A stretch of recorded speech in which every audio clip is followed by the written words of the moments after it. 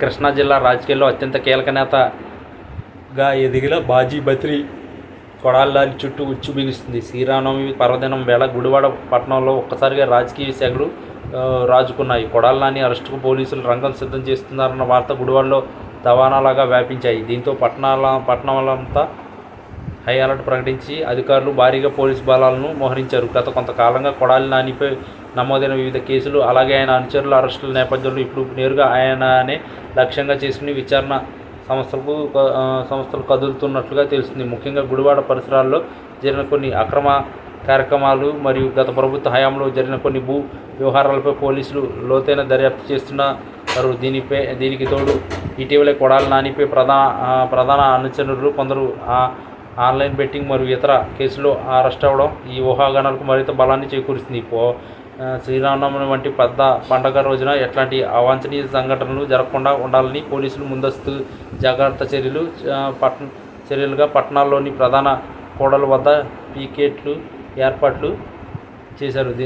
నాని నివాసం వద్ద కూడా అదనపు బలగాలను ఉంచడం గమనార్హం. మరోవైపు కొడాలి నాని వర్గీయులు ఈ చర్యలను తీవ్రంగా ఖండిస్తున్నారు. రాజకీయ కక్ష సాధింపులో భాగంగానే వండకపోట ఇట్లాంటి వాతావరణాన్ని సృష్టిస్తున్నారని వారు ఆరోపిస్తున్నారు.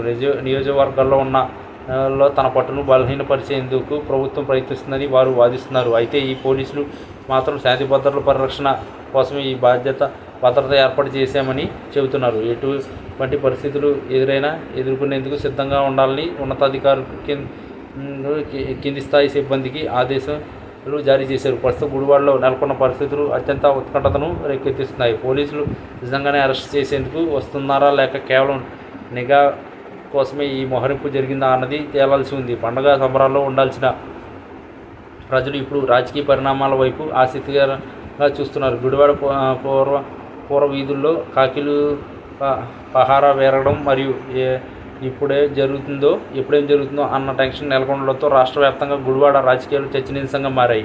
నేటి సాయంత్రం లోపు ఈ ఉత్కంఠత ఏర్పడే అవకాశం ఉందని విశ్లేషకులు భావిస్తున్నారు. ఒకవేళ అరెస్ట్ జరిగితే కార్యకర్తల నుంచి వచ్చే స్పందనను ఎలా అదుపు చేయాలన్న అంశంపై పోలీసులు ఇప్పటికే ఒక ప్రణాళికతో ఉన్నట్లు సమాచారం. ఈ పరిణామాలు ఏపీ రాజకీయాల్లో కొత్త మలుపులకు దారితీస్తాయని భావిస్తున్నారు.